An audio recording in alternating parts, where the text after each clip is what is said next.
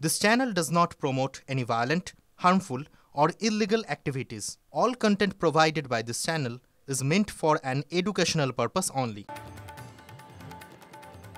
পুলিশকর্মীর অস্বাভাবিক মৃত্যু ঘিরে উত্তেজনা রিজেন্ট পার্ক থানার নিউ টালিগঞ্জে। মৃতের স্ত্রী এবং ছেলের বিরুদ্ধে খুনের অভিযোগ তুলে বিক্ষোভ প্রতিবেশীদের।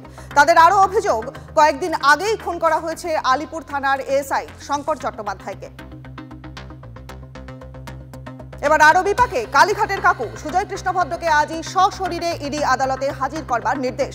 হাইকোর্টে জামিন চেয়ে স্বস্তি মেলেনি, তার মধ্যেই আদালতের সমন জোড়া চাপে কালীঘাটের কাকু।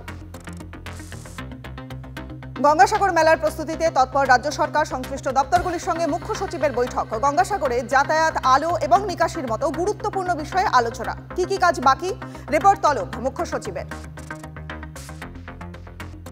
কিভাবে সমুদ্রের এত কাছে হোটেল গজিয়ে উঠল? নবান্নে মন্দারমণির হোটেল মালিক সংগঠনের সঙ্গে বৈঠকে প্রশ্ন মুখ্য সচিবের। মানতেই হবে আইন, সেক্ষেত্রে কিভাবে হোটেলকে রক্ষা করা সম্ভব, সমাধান খুঁজতে আলোচনা বৈঠকে। তৃণমূলের পক্ষে ভোট বিজেপি সদস্যের। শুভেন্দুর গড়ে গ্রাম পঞ্চায়েত হাতছাড়া বিজেপির। পূর্ব মেদিনীপুরের কাঁথির ১ নম্বর ব্লকের হৈপুর পঞ্চায়েতে ফুটল জোড়া ফুল। পঞ্চায়েতের সংখ্যা গরিষ্ঠতা হ্রাস বিজেপির।